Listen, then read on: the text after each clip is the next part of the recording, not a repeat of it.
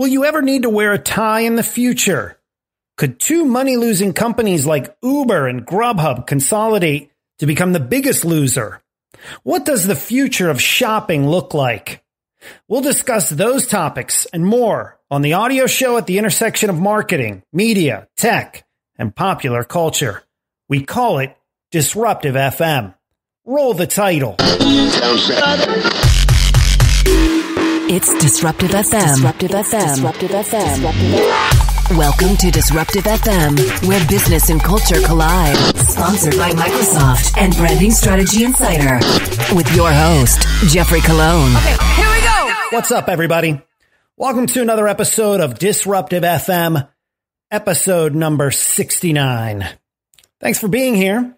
We hope you continue to be well. I'm Jeffrey Colon, the head of brand studio for Microsoft Advertising, still in quarantine here in Seattle. We've got a good one for you this time. Some really interesting topics to dive into. And we'll be joined in a bit by special guest and our contributor at large, Cheryl Barbee of FCB Global. So let's get to it. Here are this week's trending topics. No shirt, no shoes, no problem. In the 1960s, it was commonplace for hippies to enter stores with no shoes and no shirts. It was a lax period when it came to fashion, but it caused businesses to prevent this clientele from entering. Thus, the infamous signs were posted on the doors of many stores that read the following: no shirt, no shoes, no service. It was a simple way to ostracize a group of people based on their lack of formality. So enter 2020, when athleisure wear was growing pre-pandemic, and the fact many of us are either working from home or working where we want to be as comfortable as possible in social distance environments. And it's no surprise that we may be entering a period where formal business wear takes a nosedive. Some savvy brands are leveraging these uncharted waters to push a new type of hybrid clothing that straddles the line between work and home, formal and casual, suits and sweats. They promise the comfort of loungewear under the work-appropriate attire, and they feel especially attuned to these times. If we look at the past 30 years, it was shocking that the jean became the tour de force in the business world. But now we may enter a world where even jeans are no longer worn in favor of anything stretchy and form-fitting. And in an era where all video calls are waist up, this makes sense. Pretty much we may be in a world where shorts are commonplace because they can't be seen on screen, and formal wear is only what we see from the waist up. Even then, certain colors come across better on video. The greens, pinks, and red tones may be out of favor for black, blue, and dark purple. This is a side of business culture only a few of us are talking about. But take our word for it. When we say at least for the next 2 years, neckties, dress pants, and pantsuits are out in favor of prop outfits, suits worn over t-shirts, and blouses that are dark for video. It's a whole new vertical we're dubbing work formal homeware. And it might be dominated by new players to the world who understand that you may only buy one or two pieces, just like in costume design, and charge a premium price for these goods. One shop is London-based outfitter Hamilton and Hare, which specializes in off-duty items such as loungewear, pajamas, and underwear, and who pivoted recently from its travel collection to recast themselves as the perfect work-from-home solution. Take their cotton waffle knit suit, which originally was intended for looking smart while traveling. Now, somewhat ironically, it might best be repurposed for a time when travel is forbidden, a way to look work-appropriate but feel cozy at the same time. And that seems to be the word for business dress right now. Cozy. Oh, and this phrase, no shoes, no problem. Trending topics on DFM. Gruberhub. Under the normal path of business, a good idea follows a fairly regular course. An entrepreneur has an idea for solving a problem, and if they're able to convince enough people that their idea is worthwhile, they can start a business. You do that well, and the business may thrive, barring unforeseen external factors, of course. We'll get back to that in a minute. Uber was once considered such a good idea that any number of companies branded themselves as the Uber of whatever service they offered. My oh my, how things have changed. Now the ride-sharing company is looking to buy food delivery service Grubhub, a rival to its Uber Eats division. While it might be easy to think that Uber is merely trying to capitalize on a good deal during a tough time, in reality, there's more to it. I would argue Uber isn't looking to grow. It's looking to survive. Even before people stopped getting into strangers' cars as a result of the coronavirus pandemic, Uber had challenges. It hasn't made a lot of friends, either with local governments it operates in, or the drivers who provide the service that Uber promises. It also poured huge amounts of resources into researching new technology, like driverless cars, and has had a hard time actually generating a profit. Now, of course, nothing is normal. According to the company's latest earnings report, it posted a loss of $2.9 billion for the first quarter. That's despite the fact that the company's food delivery service, Uber Eats, is up 50% in the month of April. The company's CEO says that he expects that to be a lasting trend. Now, while it's helpful, it didn't make up for the fact that Uber's primary business, ride-sharing, was down 80% in April. That very well could be a lasting impact of this pandemic. One of the most interesting findings is that more than half of the people surveyed who used ride-sharing apps and services said they would either use these less or stop using these services completely. Food delivery, on the other hand, is likely to be around for a long time. I mean, it was already a thing, but now that restaurants are closed and the ones that are open are operating at reduced capacity, it's become a necessity. It's no wonder that Uber is trying to figure out how to shift its business in order to survive. In that sense, buying Grubhub absolutely makes sense for Uber. The combined service would represent roughly 55% of the total market, a market that is likely to continue growing for the foreseeable future. Now, that doesn't mean it will be easy. As of now, the two companies can't even agree on a potential price, with Uber rejecting Grubhub's offer that would value the deal at $6.25 billion. In addition, members of Congress and the state regulators have already said they would be opposed to the deal and shut it down. Still, Uber is facing numerous challenges and an almost complete shift away from the good idea that got it this far. You can't ride out a storm, no pun intended, when it turns out to be something more akin to a biblical flood. In reality, the same thing is true for almost every business right now. There's a good chance that the way you worked before the pandemic won't be the same after.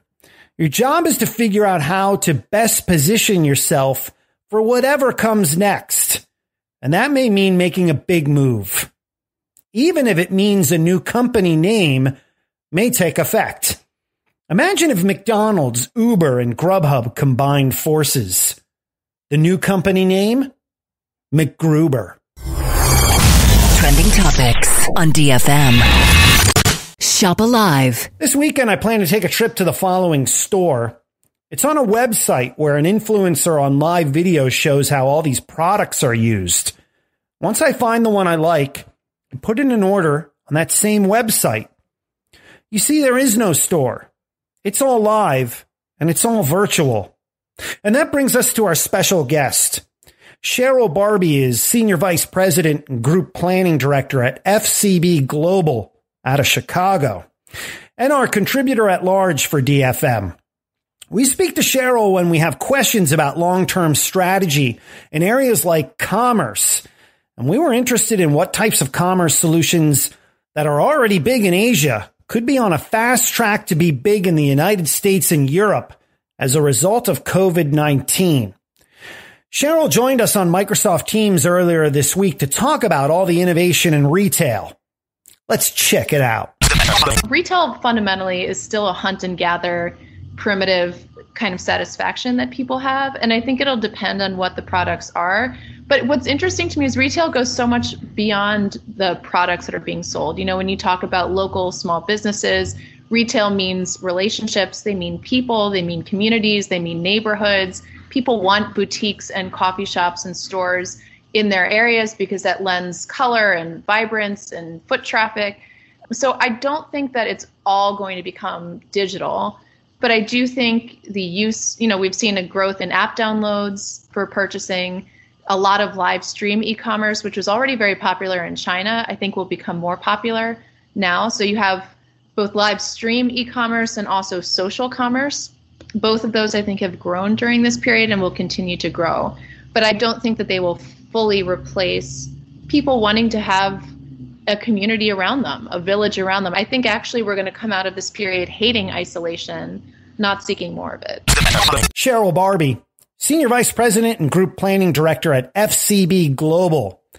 What do we get when we combine celebrity influencers with retail, with live streaming video? Shopping in the 21st century. It's Disruptive FM. Communications. The Business Culture Podcast. They say if you listen closely, you can hear the sound of today.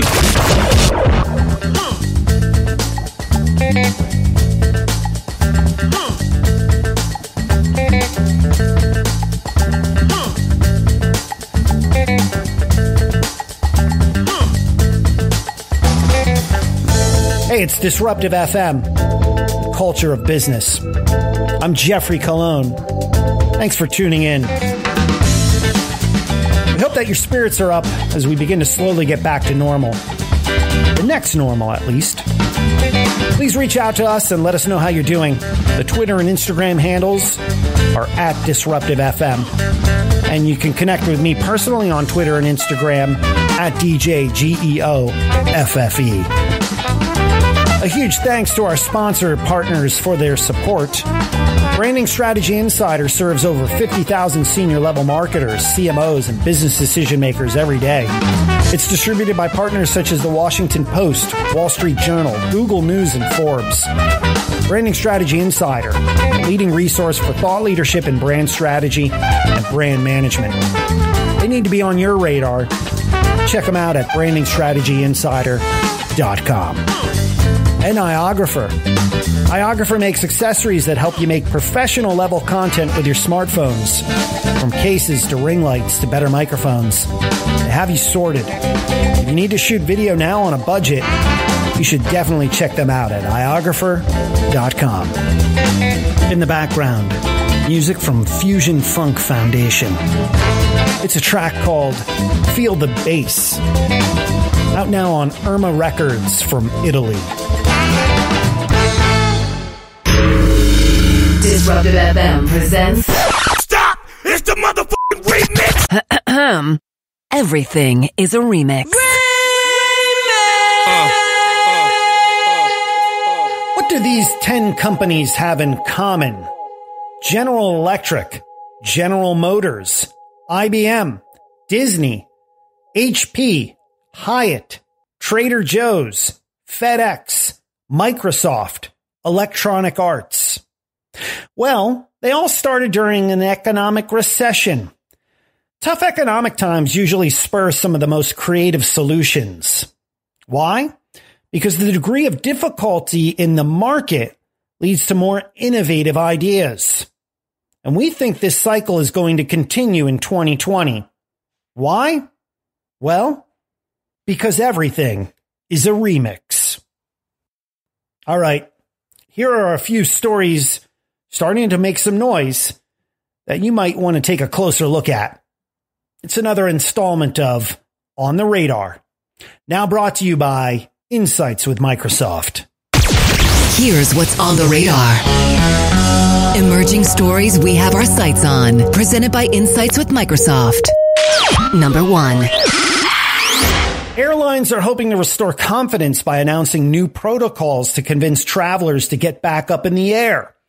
Now, while most airlines require their passengers to wear masks, JetBlue will continue blocking seats on its planes at least until early July.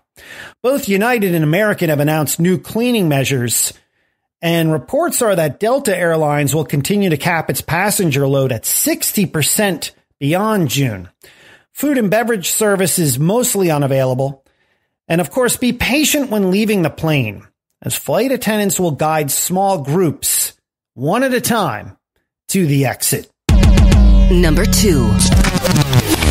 In a scenario straight out of the Twilight Zone, a group of NASA scientists working on an experiment in Antarctica have detected evidence of a parallel universe, where the rules of physics are the opposite of our own. The concept of a parallel universe has been around since the early 1960s, mostly in the minds of fans of sci-fi TV shows and comic books. But now a cosmic ray detection experiment has found particles that could be from a parallel realm that also was born in the Big Bang. The simplest explanation for the phenomenon was that at the moment of the Big Bang 13.8 billion years ago, 2 universes were formed, ours and one that from our perspective is running in reverse with time going backward. In other words, life is literally reflecting art. Number 3. And number 3, an actual insight from Microsoft. Car sales are on the rise. Well, used cars.